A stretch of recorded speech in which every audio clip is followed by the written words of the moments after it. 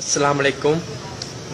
நான் என்ன சொல்ல போறேன்னா, ஒரு முக்கியமான விஷயம் உங்ககிட்ட நான் பகிர்ந்துக்க போறேன். அது என்ன விஷயம்னா, நான் பார்த்தது அதிர்ச்சி ஆயிட்டேன். நேற்று நைட்டு நான் கேலுக்கு போனேன். மலேசியாவில் உள்ள கேல் சிட்டிக்கு நான் போயிட்டு இருந்தேன் பஸ்ஸில். அப்போ படிக்கட்டு ஓரமா ஒரு 4 பசங்க வந்து ஐஃபோனில், பெரிய ஐஃபோனில் வீடியோ பிடிச்சி சிரிச்சுக்கிட்டு இருந்தாங்க. எனக்கு என்னன்னு புரியல. ஒரு 4 பேரும் அரட்டை அடிச்சுக்கிட்டு ரொம்ப சீரியஸாக சிரிச்சுக்கிட்டே வந்தானோ பஸ்ஸில். ஆனால் வீடியோ எடுத்தானோ. சரிங்களா, நான் பஸ்ஸில் ஒரு பின்னாடி சீட்டில் உட்காந்து கீழே இறங்கும் போது பார்க்குறேன், அவனோட செல்ஃபோனை பார்க்குறேன். மாஷா அல்லா தான் காப்பாற்றுன்னு. எல்லாமே ட்ரெஸ்ஸு இல்லாமல், உடம்புல ஒரு ட்ரெஸ்ஸு இல்லாமல் அந்த வீடியோ பார்த்தோன்னே ஷாக் ஆகிட்டேன்.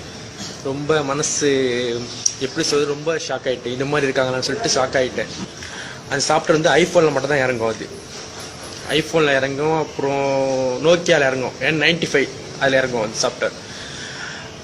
என்ன சொல்ல வரேன்னா, இதுக்கப்புறம் யாராச்சும் ஐஃபோனில் உங்களை வீடியோ எடுத்தால் நீங்கள் தயவு செய்து அந்த வீடியோ பாருங்கள். டைரெக்டாக போய் கேளுங்க, என்னை வீடியோ எடுக்க வேணாம் அப்படின்னு சொல்லுங்கள்.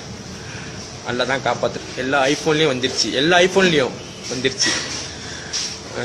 இந்த வீடியோ கண்டிப்பாக ஷேர் பண்ணுங்க.